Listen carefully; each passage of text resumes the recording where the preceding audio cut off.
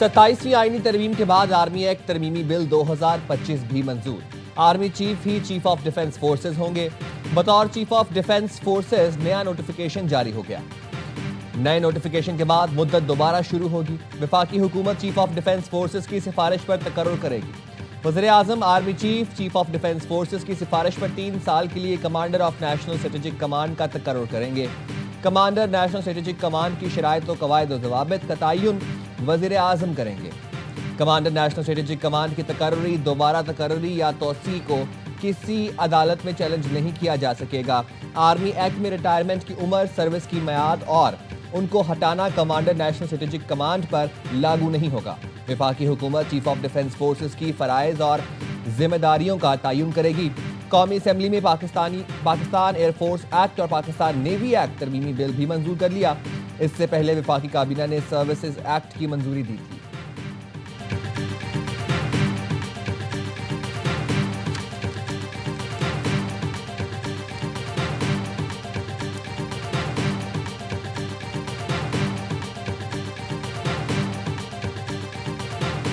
सत्ताईसवीं तरमीम आइन का हिस्सा बन गई। सदर आसिफ अली जरदारी ने आइनी तरमीम पर दस्तखत कर दिए। 27वीं आइनी तरमीम को दोनों ऐवानों ने 2/3 अक्सरियत से मंजूर किया था।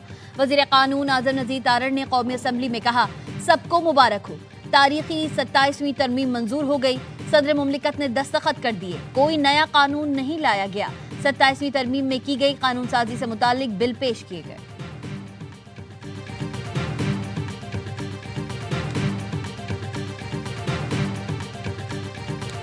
जस्टिस अमीनुद्दीन खान और वफाकी आईनी अदालत के चीफ जस्टिस मुकर्रर वजारत कानून ने जस्टिस अमीन की 3 साल के लिए तकर्रुरी का नोटिफिकेशन जारी कर दिया। सदर ने वज़ीर आज़म की एडवाइस पर जस्टिस अमीनुद्दीन खान की बतौर चीफ जस्टिस आईनी अदालत तकर्रुरी की मंजूरी दी।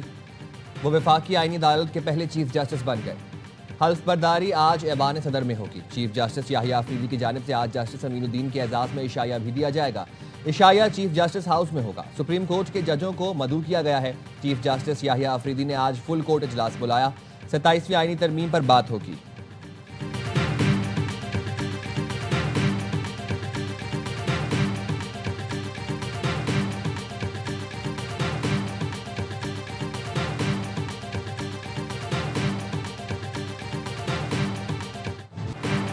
सुप्रीम कोर्ट के सीनियर तरीन जज जस्टिस मंसूर अली शाह और अतर मिनल्ला ने इस्तीफा दे दिया। जस्टिस मंसूर ने इस्तीफे में लिखा, 27वीं आईनी तरमीम आईने पाकिस्तान पर संगीन हमला है। सुप्रीम कोर्ट ऑफ पाकिस्तान को टुकड़े टुकड़े कर दिया गया। अदलिया को हुकूमत के मातहत बना दिया गया। हमारी आईनी जमहूरियत की रूह पर कारी ज़र्ब लगाई। नतीजे में इंसाफ ताकत के सामने बेबस हो गया। जस्टिस अतर मिनल्ला ने इस्तीफे में लिखा, जिस आइन की पासदारी का हलफ लिया था अब वो बाकी नहीं रहा। हलफ किसी फर्द या इदारे से नहीं बल्कि आईने पाकिस्तान के तहफ़्फ़ुज़ के लिए था।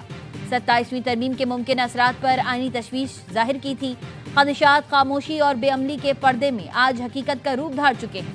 मुस्ताफ़ी जजेस ने अपने इस्तीफे सदर पाकिस्तान को भेज दिए।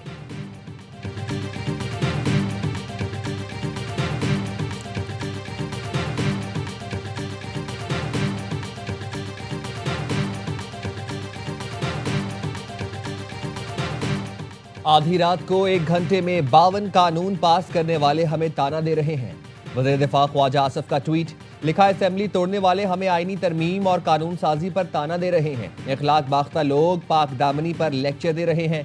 ये शेर उस वक्त याद ना आए जब इंसाफ का कत्लेआम हो रहा था। जजों का एक टोला मिलकर सियासी मफादात का मुहाफ़िज़ बना हुआ था। ये आइन कानून के मुहाफ़िज़ की बजाय किसी के सियासी मफादात के मुहाफ़िज़ थे। ये सियासी पार्टी के वर्कर बने हुए थे। ये शेर लिखने से पहले अपना माजी याद कर लेते तो शायद कोई शर्म, कोई हया आ जाती।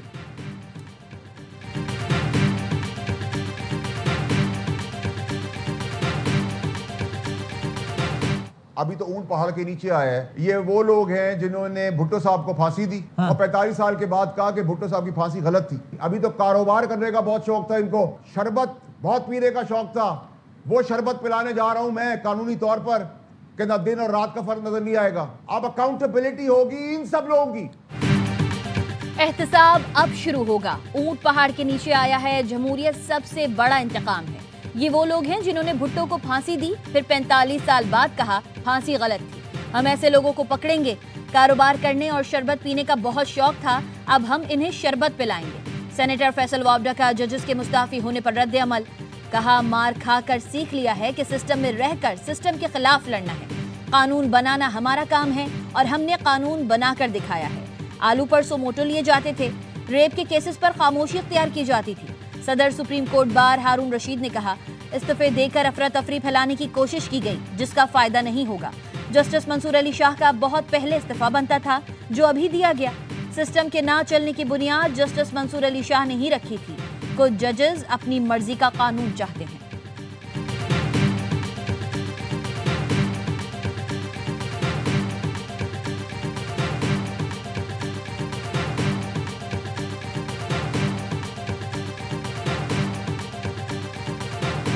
Terrorism remains a grave threat to global peace and stability. With its valiant armed forces and resilient people, Pakistan stands united. My most cordial invitation to His Majesty King Charles III and Her Majesty the Queen to visit Pakistan at their earliest convenience.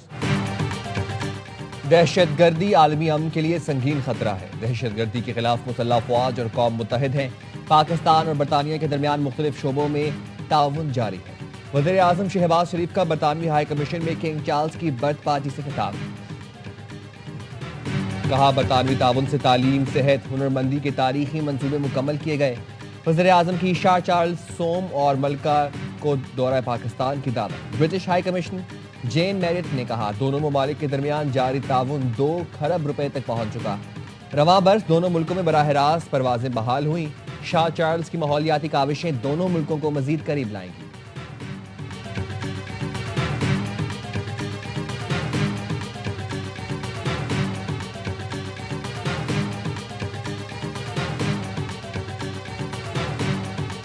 Afghanistan को पूरा हक हासिल है कि वो जहां से भी ट्रेड करना, जिस तरीके से भी चाहे वो करें। आने वाले दिनों में आपको इंडिया एक सॉर्ट ऑफ एयर ब्रिज बनाता हुआ नजर आएगा टू डिलीवर मेडिसिन और जो क्रिटिकल रिक्वायरमेंट्स होंगी उनकी कंज्यूमर आइटम्स में उसकी। और वो इंडिया ऐसा क्यों करेगा, सबको समझ है। ट्रेड बंद होगी तो सबसे ज्यादा नुकसान अफगानिस्तान को होगा, हमारा नहीं। ट्रेड के लिए भारत अफगानिस्तान के लिए मुख्तलिफ रूट्स खोलेगा। सबको मालूम है भारत अफगानिस्तान के लिए रूट्स क्यों खोलेगा। Lieutenant general retired Mohammad Saeed की प्रोग्राम खबर में गुफ्तगू। कहा, अफगान हुकाम से कई मर्तबा कह चुके ट्रांजिट ट्रेड डबल करें मगर लीगल चैनल इस्तेमाल करें।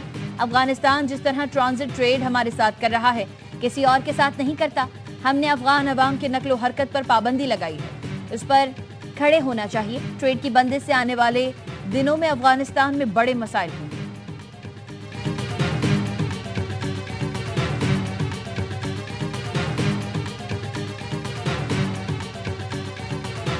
Chairman PCB Mohsin Naqvi Sri Lankan team को मनाने में कामयाब। श्रीलंकन खिलाड़ियों का पाकिस्तानी की सिक्योरिटी पर इजहार इत्मीनान। कोई खिलाड़ी वापस नहीं जाएगा। मोहसिन नकवी ने बताया, खुदकुश धमाके के बाद श्रीलंकन टीम ने वापस जाने का फैसला किया। फील्ड मार्शल ने खुद श्रीलंकन वजीर दिफा से बात की। सिक्योरिटी से मुतालिक मुकम्मल यकीन दहानी कराई। श्रीलंकन हुकूमत, बोर्ड और खिलाड़ियों ने बड़ी बहादुरी से रुकने का फैसला किया। सेनेट ने शुक्रिया श्रीलंका की करारदाद मुतफिका तौर पर मंजूर कर ली। पाकिस्तान और श्रीलंका के दरमियान दूसरा वनडे आज और तीसरा इतवार को होगा।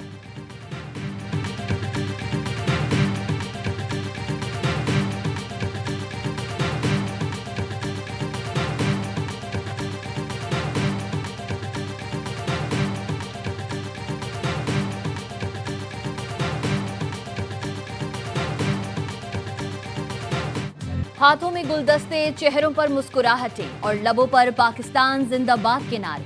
प्रैक्टिस के लिए पिंडी क्रिकेट स्टेडियम आमद पर श्रीलंकन टीम का बारात जैसा इस्तकबाल। बच्चों ने पत्तियां निछावर और मेहमान खिलाड़ियों को गुलदस्ते पेश किए। 7 तस्वीरें भी बनवाईं। बच्चों का कहना है श्रीलंकन टीम के फैसले ने दहशतगर्दी को क्लीन बोल्ड कर दिया। पाक श्रीलंका दोस्ती हमेशा कायम और दायम रहेगी।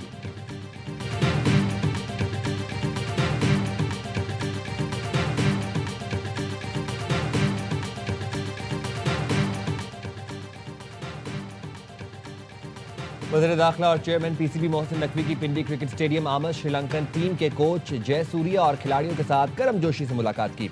फर्दन मेहमान खिलाड़ियों का शुक्रिया अदा किया। कहा, आपकी सिक्योरिटी हमारी जिम्मेदारी है।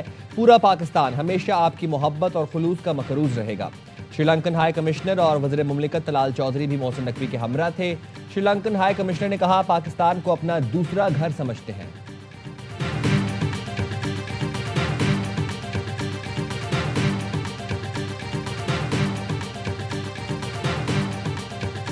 Do know that Pakistan is a cricket-loving country, so is Sri Lanka.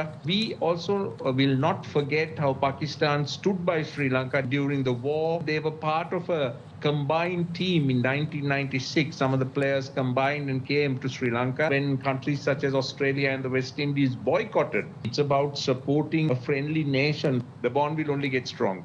कभी नहीं भूल सकते, मुश्किल वक्त में पाकिस्तान श्रीलंका के साथ खड़ा रहा। श्रीलंकन कमेंटेटर रोशान अबेसंगे की एयरवाई न्यूज की खुसूसी ट्रांसमिशन में गुफ्तगू। कहा, पाकिस्तानी खिलाड़ियों ने मुश्किल हालात में श्रीलंका में मैच खेले। साबिक क्रिकेटर आमिर सोहेल ने कहा, श्रीलंका ने पाकिस्तान के साथ दोस्ती को निभाया। चेयरमैन पीसीबी और श्रीलंकन बोर्ड ने क्रिकेट को सानहे से बचाया। बासित अली बोले, प्रोपेगेंडा करने वालों को चाहिए पहले अपने घर को देखें। पाकिस्तानी खिलाड़ियों का भी श्रीलंकन बोर्ड और प्लेयर से इजहार तशक्कुर।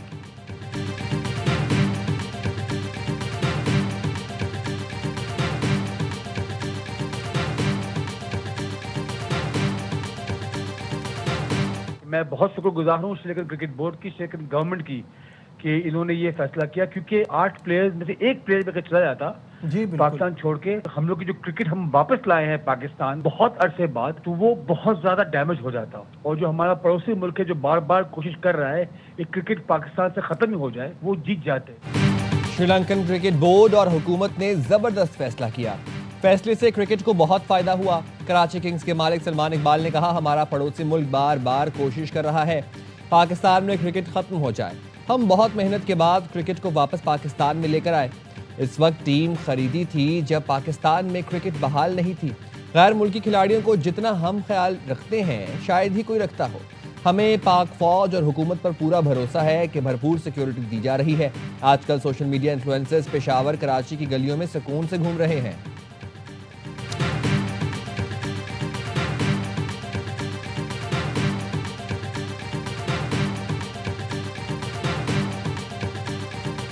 एयरवाई न्यूज की टीम कैडेट कॉलेज वाना पहुंच गई। दहशतगर्दों ने 2 रोज पहले कैडेट कॉलेज वाना पर हमला किया था। पाक फौज के जवान दहशतगर्दों और कैडेट्स के दरमियान दीवार बने रहे। पाक फौज के जवानों ने कई घंटे की लड़ाई के बाद खुदकुश हमलावर के अलावा 4 खवारिज को जहन्नुम वासिल किया। 525 तलबा समेत 650 अफराद को बाहिफाजत रेस्क्यू किया गया। पाक फौज के 3 जवानों ने जामे शहादत नोश किया।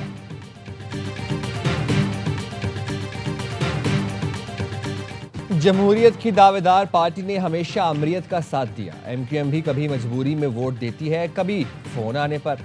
अमीर जमात इस्लामी हाफिज नईमुर रहमान कहते हैं, पाकिस्तान का अदालती निज़ाम गल सड़ चुका है। जिस दिन अदालतें आज़ाद हुई तमाम तरामीम खत्म हो जाएंगी।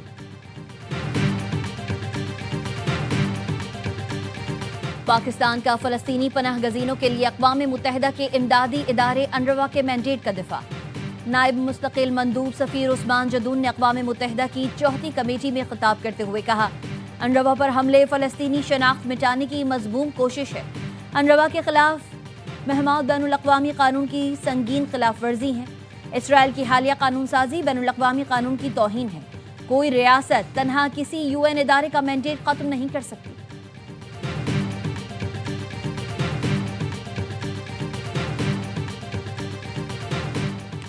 कराची में जिला शरकी के इलाकों गुरु मंदिर और सोल्जर बाजार में तजावुजात के खिलाफ ग्रैंड नाइट ऑपरेशन।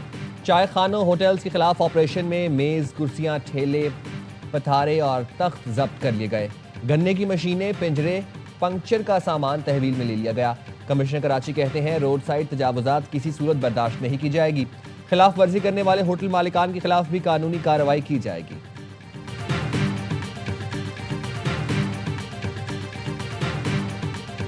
वज़ीर आला सिंध मुराद अली शाह का रात गए यूनिवर्सिटी रोड का दौरा। सूबाई वज़रा नासिर शाह और जाम खान शोरो भी हमरा थे।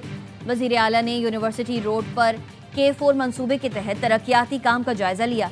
वज़ीर आला ने Karachi water and sewerage empowerment programme के तहत जारी काम का भी मुआयना किया। हुकाम ने वज़ीर आला सिंध को तरक्याती मंसूबे से मुतालिक आगाह किया। वज़ीर आला ने हिदायत की कि मंसूबे पर 24 घंटे काम जारी रखा जाए और मुतबादिल रास्तों को बेहतर किया जाए। ट्रैफिक की रवानी बरकरार रखने के लिए इकदाम किए जाएं, तरक्याती काम वक्त पर मुकम्मल किया जाए।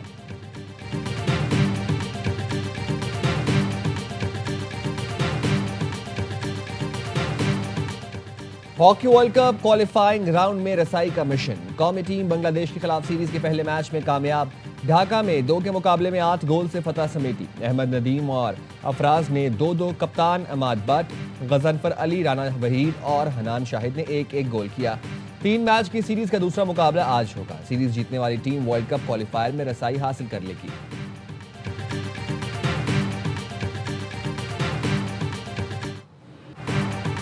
पाक बहरिया के जेर इंतजाम कराची में इंटरनेशनल नॉटिकल मुकाबलों की इख्तितामी तकरीब। Commander Karachi vice admiral Mohammad Faisal Abbasi बतौर मेहमान खुसूसी शरीक हुए। फाहते खिलाड़ियों में इनामात तकसीम किए। इवेंट में पाकिस्तान समेत 10 ममालिक ने शिरकत की। तुर्किया की टीम फाहते रही थी। तकरीब में आला सिविल व अस्करी अफसरान, सिफारतकारों और खिलाड़ियों ने बड़ी तादाद में शिरकत की। इस वक्त पाकिस्तान में 33 मिलियन लोग डायबिटीज़ का शिकार हैं और जो कि हम पाकिस्तान में एक आदाद शुमार के हिसाब से हम 4थे नंबर पे डायबिटीज़ में हैं। दुनिया भर में आज ज़ियाबती से आगाही का दिन मनाया जा रहा है। कराची में डॉक्टरों और पैरामेडिकल स्टाफ की जानिब से आगाही वॉक का एहतमाम किया गया। तिब्बी माहिरीन का कहना है शुगर के बढ़ते हुए मर्ज से मुतालिक अवाम में शऊर उजागर करना बेहद ज़रूरी है। मर्ज में मुब्तला शख्स तर्ज ज़िंदगी बेहतर बनाए तो शुगर को कंट्रोल किया जा सकता है।